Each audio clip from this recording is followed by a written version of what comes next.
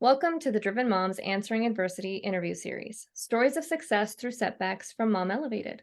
Together, we can shine a light on how normal challenges and struggles are, along with how we can overcome and rise above them. And today we have Kendra to share her story with us. I can't wait to dive in. So, Kendra, if you wouldn't mind, would you go ahead and just share briefly a little bit about your story for us? Yes, briefly it is hard to do, but I'll try to pack it in here. Hey, I'm Kendra. I am a wife and mom from Oklahoma, and I've had a lot of hardships over, let's see, about the last 8 to 10 years.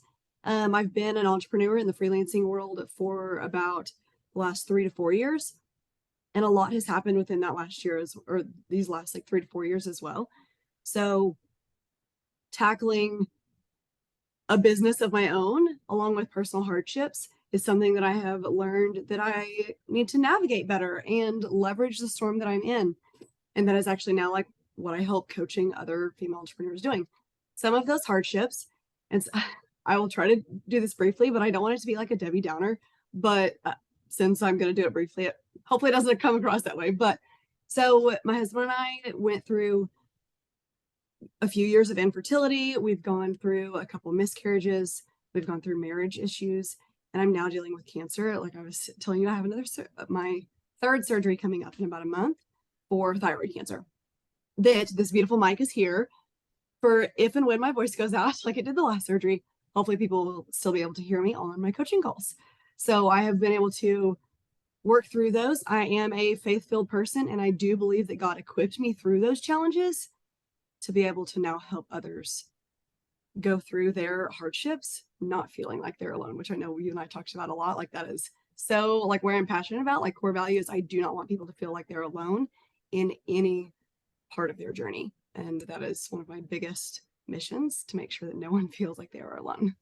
I love that. I think that is beautiful. And it's so hard because honestly, you're in the throes of everything and you're just one thing after the other. And sometimes it is really hard to pull yourself out and see that you're not alone. And so just having Yeah, somebody there to remind you and say, hey, I hear you. I know it's tough right now.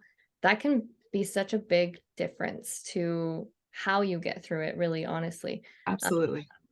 So in those, what adversity do you think, because obviously we go through lots of adversity in our lives, and Yeah. like you said, in the last even just 3 years, there's Hmm. been a ton of it. It's usually, in threes, right? There's one thing after another and Yeah. so what adversity do you think you have answered the best, and how did you do that? Or the biggest adversity that you had to rise above? Because it sounds like there's been Ooh, quite a bit. Yeah. yeah, to pick one, I don't. I don't think just one. I, ooh, but whenever they have overlapped. So, for instance, like we were having, which I know no marriage is perfect, but we were having marriage issues along with my cancer. We were also then we transitioned into a better place in our marriage, and we're wanting to start fertility treatments again, knowing that that was the route to go. And we got halted because my cancer was back. So I think like whenever they kind of like overlap each other, not just one hardship, but multiple at one time, has probably been the biggest adversity. Now, I will say, like going back 8 years ago, whenever we found out we were going through infertility, at that point, I would have told you that was my biggest adversity. But like now being able to kind of look back over all of it, it's whenever they have overlapped with multiple hardships. However, I will say, since those were the most recent, whenever they did actually overlap, um, I was at a point where I had been through hardships before. I kind of knew not necessarily what to expect, but be able to handle it better. I knew like I and my relationship was with God had grew throughout my hardships. So I was at a better place since it was the most recent, being the biggest adversity. So that allowed me to navigate those waters. I don't want to say easier, but able to see the positive from it and have gratitude for even the hardship that was going on, Yeah. knowing that God was taking care of me and that I would make it through one way or another. That makes sense. So I feel like basically, like if you're in a boat and you're getting holes all over the place, and as you patch them, you're learning how to patch them Yeah. better. So then as they overlap and you're better equipped to deal with that because you've Yes. done it before. So it's not that it's easier, it's just that you have that now to work Yeah. on and take with you, and you know what resilience you've already got and you can tap into that a little bit better. That's my take on what that's my Yes, that was analogy a for great that. analogy. And I do want to say, because I don't want it to seem like, oh, here's the highlight reel. I'm not about just sharing that. Like, so this is the third go round, which actually, whenever we were messaging about this interview series, I actually did not get you information as soon as I told you I would, which I'm a person of like my word. Like, if I tell you I'm going to do something, I will get it to you by that date. But I had just found out that I had another surgery and it hit hard. And Yeah, that's okay. Like, I fortunately was able to say, hey, it took me a little while to like let things soak in, kind of have like that grieving period before responding back to you and saying, okay, now I've gotten it to you. And it was like a week or two later, I think. yeah. But so I don't want it to ever seem like yes, hearing that for the third time wasn't as shocking and upsetting as the first go around for sure. The second go around, I had some different emotions there too with this. So like it's still hard. It was just less hard because I kind of know what to expect now.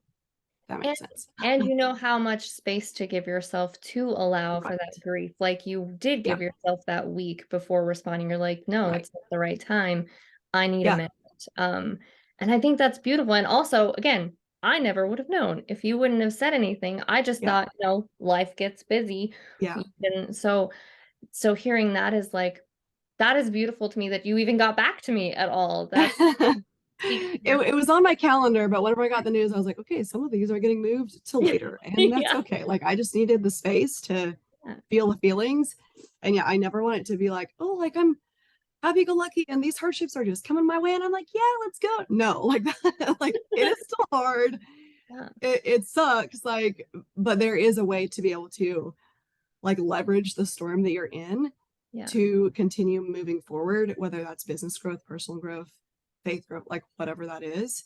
Um, yeah, I believe that there is a way to acknowledge those good things Yeah. amongst the hardest parts of our life. And I think sometimes that propels you forward because you're Right. able to do that and you can see and reflect on that. And then, oh, that's beautiful.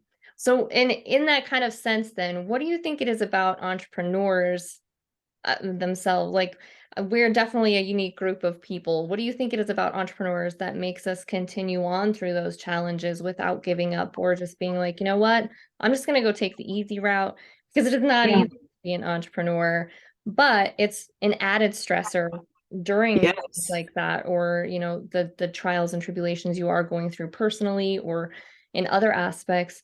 Yeah. Still just an added thing. So what do you think it is about entrepreneurs that makes us continue on and keep going through that? I think it's the drive that the ones like who are able to continue it on, they know what they want and why they want it. And whenever, what is that quote by the Jim Rohn? Like when the why is stronger, the how gets easier. Um, Not easy, just easier. Yeah. And that's what I had to focus in on myself. I was like my core values of why I am doing what I'm doing. And as long as like I held on to that, that was my drive, my motivation to continue moving forward, even amongst of these really hard times. And I think that's what the entrepreneurs who make it, they are able to see internally why they are doing what they're doing, like whether, for freedom, the time flexibility, the monetary about like whatever, like no ceiling cap, whatever the reason is behind why you want that, that I think is the driving force to continue moving through an entrepreneurship. I think that's so true. I haven't asked this question before, but do you think that going through the hardships that we do you think it helps us in the entrepreneur world because we already know that we can go through those things, or like while we're going through it, it kind of acts as a distractor sometimes through some of the other pieces, or What is your Yeah, take? that's actually a good question, a good point, because I feel like I came from the corporate world. I was in insurance agency, all of that industry, for a while. So I can kind of see like if you went to work on a day-to-day basis, just having to, clock in, clock out, go through the cycle, you would still probably be thinking about your personal life hardships throughout the day. Whereas I have actually utilized my business as a positive way to distract myself, Yeah. not ignore what is going on. But it has been a great distraction, for me to focus on, so I don't constantly worry about my health like I could have been, which, and going through infertility treatments in our first miscarriage, that was in corporate agency. And that is what I thought about constantly. Yeah. So that is actually a good point. I think that is very accurate, where we as entrepreneurs can actually leverage being an entrepreneur, going through personal business hardships, things like that. Like if we focus on what is going to move the needle forward in our business, that's great for business growth. And it actually kind of frees up our mind, gives our mind a mental break from personal stress. I got goosebumps. That's so crazy. I love It's awesome. So, Awesome. yeah, that was fascinating. I never thought about that before Yeah, in that was a great kind of a point. way. Yeah. Yeah. So, what takeaway or big overall lesson do you think other mompreneurs would be able to use from your specific experience? One of my biggest pieces of advice that well, a couple. The first is like, don't go through your journey alone. Find someone. And I say this because whenever we started our infertility journey, we kept it very quiet, which is okay. I'm not saying like you have to shout it from the rooftops, like everyone deals with it. But we did share with our church small group, and man, they held us together. Like they prayed over us. We were able to talk, cry with them, all the things, every doctor's appointment. Find someone. If it's me, reach out. Like I will get to know you. I will be there. I don't want you to go through anything alone. So yeah, just like be open. Like people are ready and willing, like with open arms to help you. Um, and the second that I have really over the last year has transformed my life a lot is finding gratitude for the hardship you're in. Not like in it, like, yes, I love that I have a roof over my head, food on the table, things like that. My family, like, I'm not saying don't be grateful for that too, but like being able to find gratitude because of the hardship you're going through can have that perspective shift and really change the outlook of like how you're looking at life. And for an example, I have used this, my circumstances, my hardships, which I actually never intended to be a life mindset accountability coach. I literally felt God calling me to that because of my hardships and how He equipped me to do it. So that is something that I recognize now. So whenever I have something like a surgery coming up and I've got group coaching program and one-on-one and all of these things where I may lose my voice and I don't know if I can do that or not, the thought briefly this time crossed my mind, I need to stop everything. Like I won't be able to show up. And that was because I've worked on this and honed this thought process in. It was literally like a shift, like 5 seconds later, like, no, God can use this.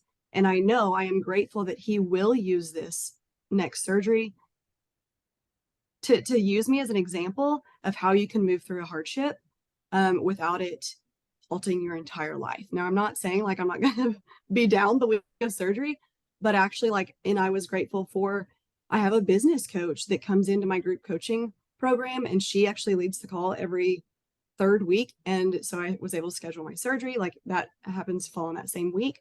So I was grateful that God actually put that in place Yeah. before I found out I had another surgery coming up. So like there are things oftentimes you have to look harder for, whenever you're in the middle of a hardship. But I promise you, like, if you can find something, 3 things is what I recommend to be grateful for because of the hardship that you're going through. It can literally turn your entire perspective around Yeah. to give you hope and peace and positivity and joy and happiness, all of those good things back into your life while you're still going through something really Oh, I'm gonna write that down. I like that so much. hard. And it's so true. Like that's one of the big things I say is like feel your feelings, Yeah. acknowledge your emotions, but Mhm. don't sit in them. So that's Right. where, find those three glimmers that you Yeah. can, and it's the silver linings, Right. and we're so focused on now like avoiding toxic positivity that it's like, well, you can still have positivity. It does Yeah, help you get through things. Like it that's does. it's so important sometimes to see the positive side of Yeah. something, even if it's just a little thing like, okay, Right. I had a really rough day, but you know what? I'm still here. I'm gonna make dinner. I had coffee today. That's great. Yeah. I'm gonna go. That's a good day. Yeah. So like focusing on the good things definitely can. It helps your mindset because the mind is so powerful. It is incredible how easy it is to attach yourself to something negative and let it lead. Yeah. I think Absolutely. that's powerful. I love that so much. Thank you. Good. I'm glad that can help. Yeah. So then my next question, I'm obviously going to have all the ways that they can get a hold of you in the Okay. description, but in case they're just listening in, what is the best way for others to find you if they would like to learn more or to work with you or see what you do? Facebook is the main place that I hang out. So I mean, it's just Kendra Garrett. Ooh, I think it's, well, yeah, you'll put the link in there. So Facebook, I also have an Instagram, and I do have a free Facebook group where I do try to do workshops, trainings. I bring guest mentors in, depending on like topics and things like that that needs to be discussed.